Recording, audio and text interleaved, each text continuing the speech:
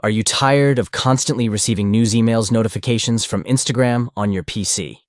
Well, you're in luck because in this video, I'll show you how to disable those pesky notifications with the new update. First, open your Instagram account on your PC. Then, at the bottom left corner of the screen, look for the More icon or the three dots. Click on it to access the Settings menu. Next, navigate to the Notifications tab and click on it.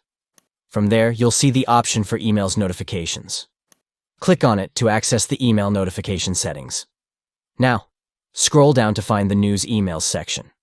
Once you've located it, click on the toggle button to switch it off. This will effectively disable all news emails notifications from Instagram on your PC. And there you have it. By following these simple steps, you can finally put an end to those annoying news emails popping up in your inbox. Enjoy a more peaceful browsing experience on Instagram without the constant interruptions. Thanks for watching.